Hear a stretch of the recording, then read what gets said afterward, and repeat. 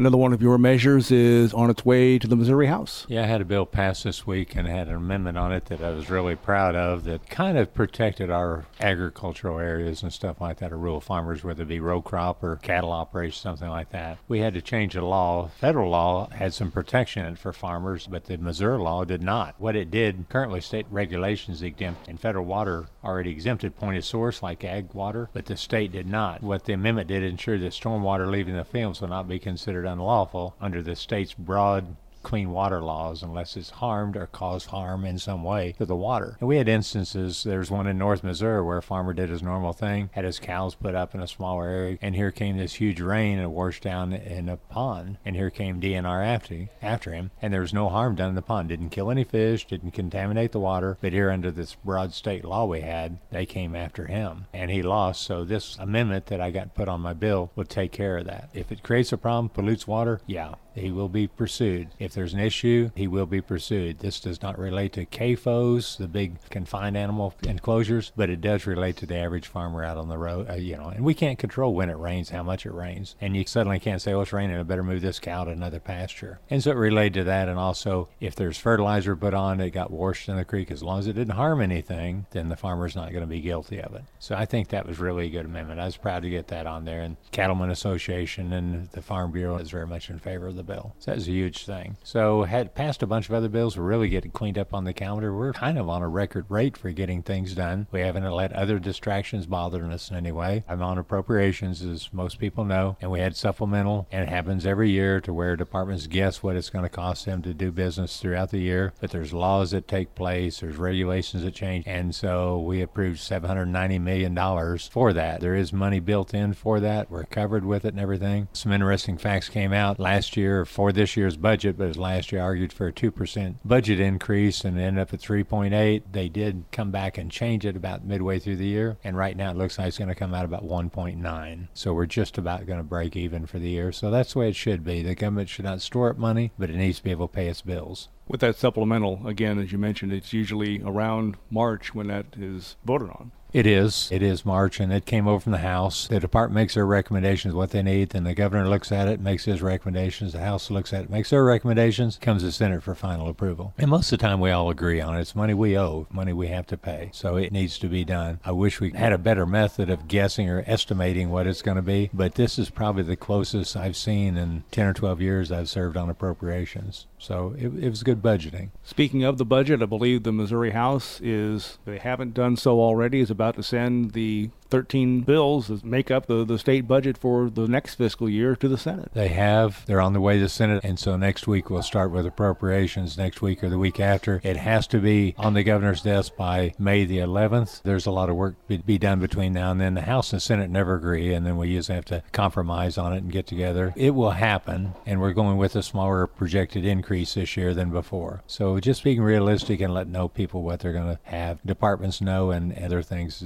know what their exact budget is going to be will help a whole lot.